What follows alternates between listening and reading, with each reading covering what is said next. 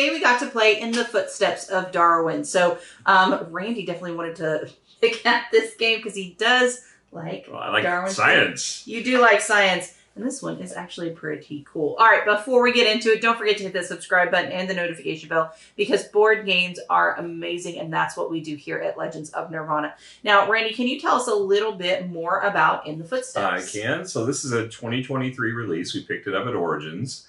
It's got a Board Game Geek rating of 7.6 and a Board Game Geek rank of 5139. This is a 2 to 5 player game. The ages are 8 and up, which I think that's probably about right. It's a pretty simple game, and I mean, it does have a lot of Latin words on it and such, but it's not part of the gameplay. It's just there to help and it helps with education. Yeah, 20 to 30 minutes length. That's very accurate. Mm-hmm. It's a very simple game to learn and get a quick game. Designed by Gregory Gerard and Matthew Verdier. Art is by Maud Briand and David Sitbon. This is published by Sorry We Are French, as well as Hachette Board Games. MSRP is $39.99. Tabletop Merchant has it for $29.49. It says it's in stock. I don't know if that's a pre-order or if it's actually in stock. CSI has it. Cool Stuff Inc. Has it for $29.99. There's very few people that have it actually in stock. It was a pre-order at Cool Stuff on theirs.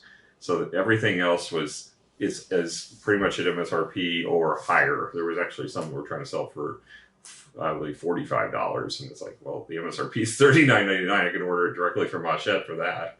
All right, so let's talk about quality components. So something really interesting that I liked was the journals. So this is your player board, so it looks like a journal, and you're opening it up, and it looks like you are creating a journal. So that was actually pretty cool. You do have a screen printed ship. You have these. I think that it was super cool that they're different pictures on these, different people that are involved. All the tiles essentially have different animals on them. So there isn't any linen finish on the tiles. You do get a cool bag. Yeah, and which there's no mention of what you're supposed to put in here. I mean, it's got pictures of it. Bag. Yeah, it's just in the box. You don't use it for anything. There's no drawing of things out. So it's just in the box. But now the storage is actually really nice. They have a container that perfectly fits all these tiles to store them upright for when you're pulling them out and you're choosing out. It makes it very easy because you have to pull out 12 per player plus 9 for the central board to start. And it's a 12-round game, so basically you'll burn through these tiles by the end of the game. And it's a really nice design to get the game out and to the table quickly. Yeah. So quality components, I'm probably going to give this a 6.5.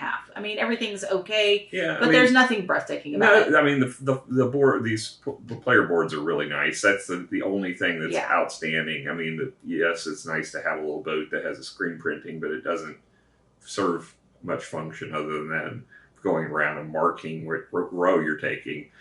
So yeah, I'll probably give it a 6.5 to 7. I'll be generous and give it a 7. But yeah, there's nothing outstanding, but it is pretty cool. Everything is decent.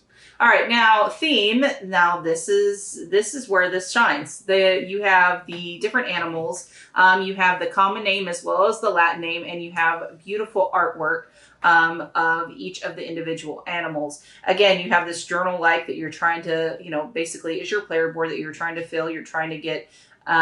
It's a bit of a set collection game. Mm-hmm. So is the theme integral in gameplay? A little bit, maybe. But it's absolutely, it's beautiful. And they did take it throughout. Well, so I mean, I really liked it. The fact that they pulled in so much of the history of Darwin's journey, they've got tiles that represent the people that were on the journey that helped him along the way.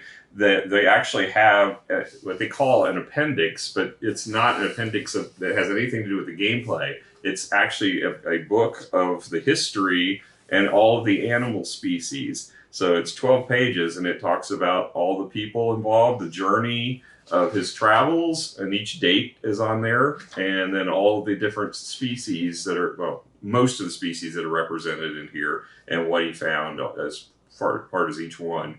So, and what the animals do. So it's really a nice educational material. And then the rule book, like the beginning of it, is Darwin's history, like how he grew up and how he became interested in everything in science. So, I mean, it's really nice if you're wanting to get an education about Darwin or any of the animals. It's a good tool for that. Yeah, absolutely. And that's where I say thematically, this is where this shines. Yeah. I'm probably going to give it an 8 on theme. I think it did a fantastic job. So yeah, that's where I'm at. Yeah, I'm right there with you with an 8. I think that's a very fair score.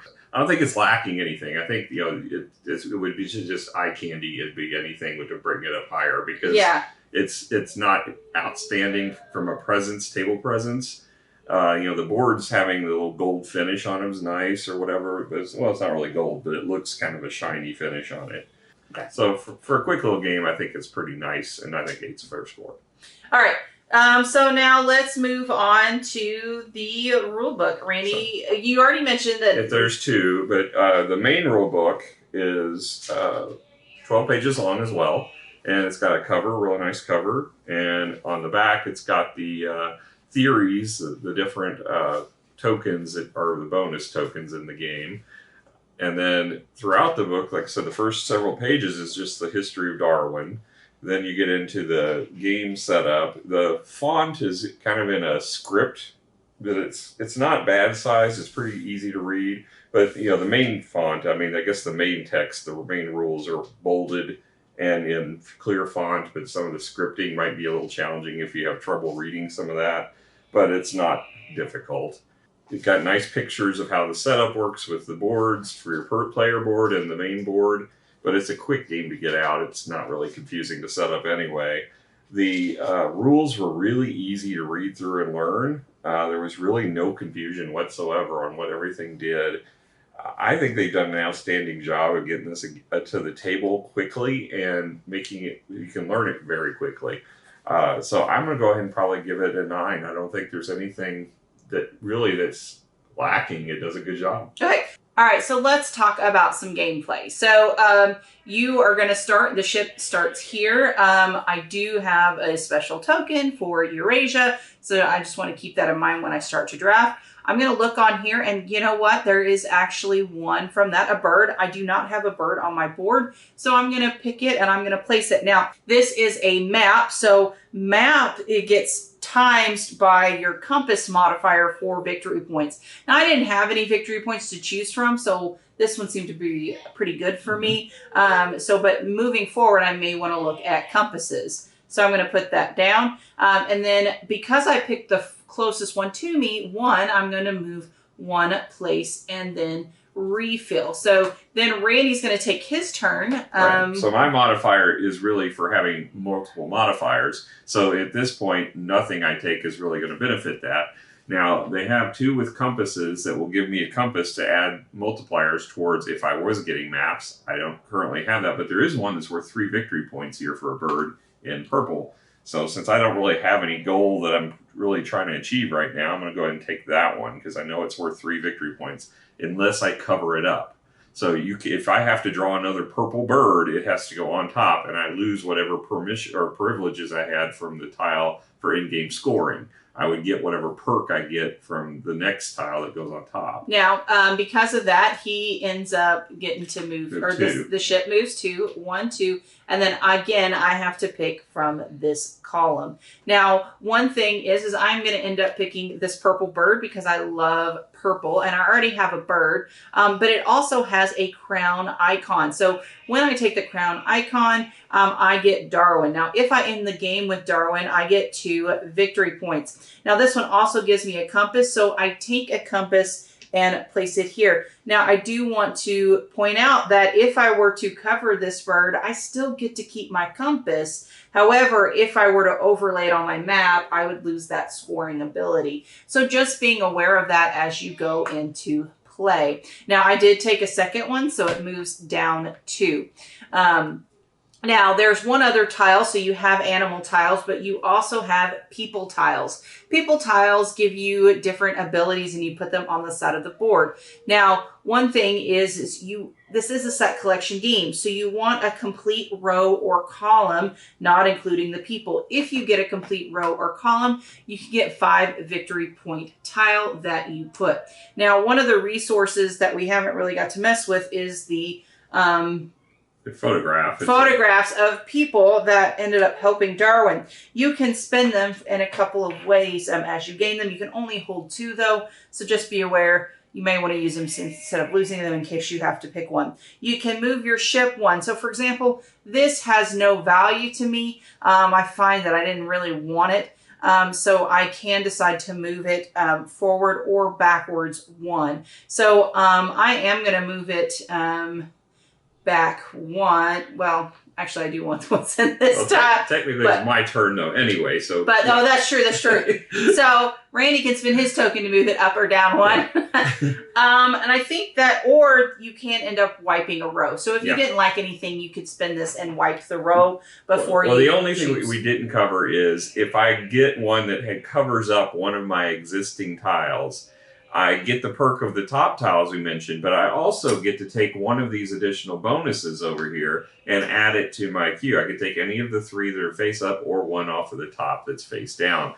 And it adds another scoring potential for me during the game. So you're not going to get points for lining up rows and columns that way, nor if you get the people, they don't do it either. But at least I'm getting another scoring perk. So you're never out without scoring potential. Yeah, there's always a little bit of wiggle room that you can kind of make up.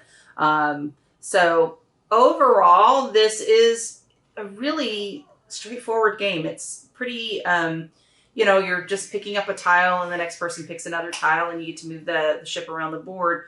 If you bare bones it that way. But it's still a little bit of fun. I definitely would play this with Sarah. I would play with some early, some everybody who played it with us enjoyed it. It's a really quick game. It's a nice filler. It's a really nice filler. And I think you're absolutely right on that.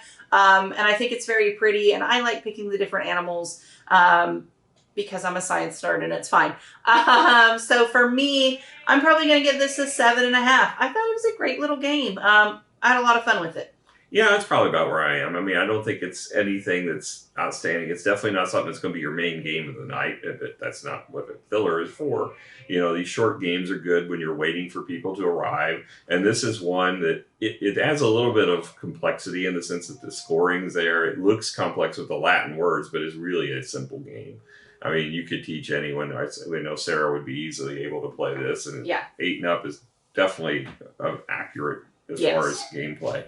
It's very light, and I think this is for what it is. It's a quick game. It's easy to get out. I think it's 7.5 is a good score for it. All right, guys. Well, thank you so much for joining us. We had an absolute blast today, and hopefully you'll come hang out with us again. We'll catch you guys later. Bye. Bye.